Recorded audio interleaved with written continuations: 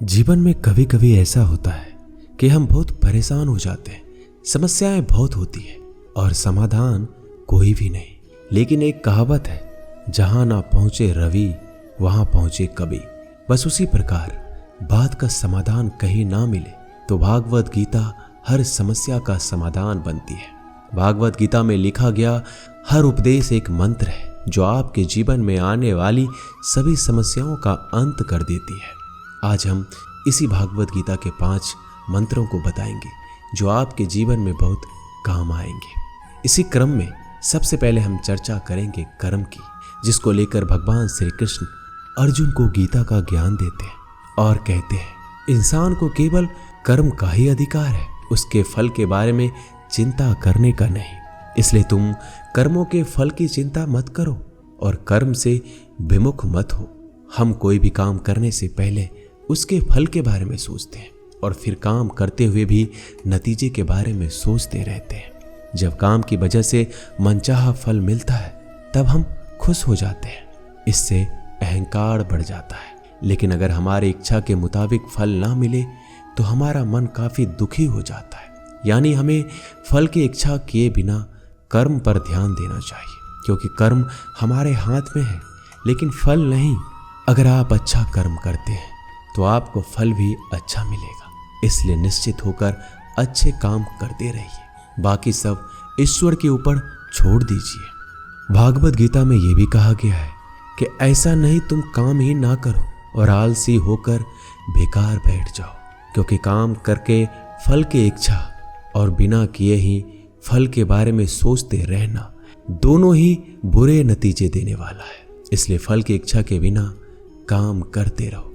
श्री कृष्ण का दूसरा मूल मंत्र मोक्ष को लेकर है। इस संदर्भ में भागवत गीता में भगवान श्री कृष्ण कहते हैं कि मोक्ष प्राप्त करना अर्थात केवल ज्ञान संबंधित प्राप्त करना होता है। सफल व्यक्ति केवल वर्तमान में जीता है।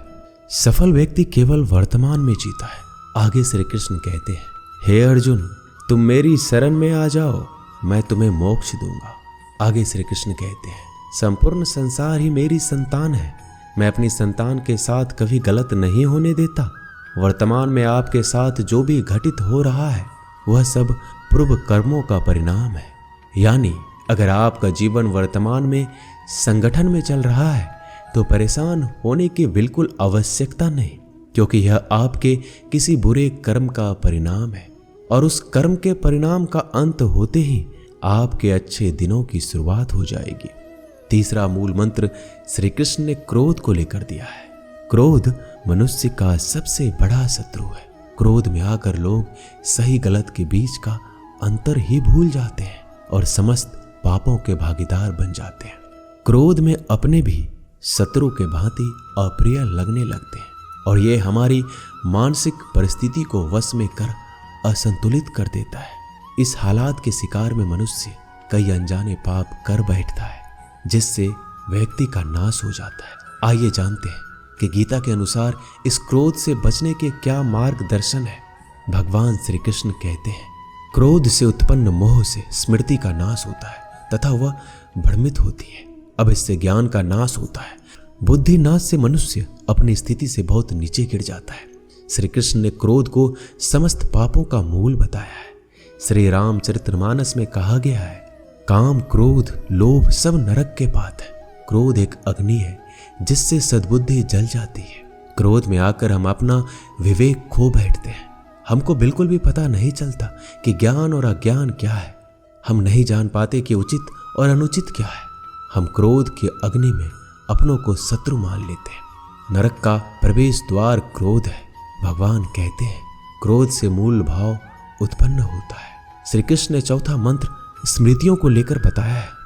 भागवत गीता में श्री कृष्ण कहते हैं, मुर्दा का सबसे पहला कार्य होता है स्मृति का विनाश।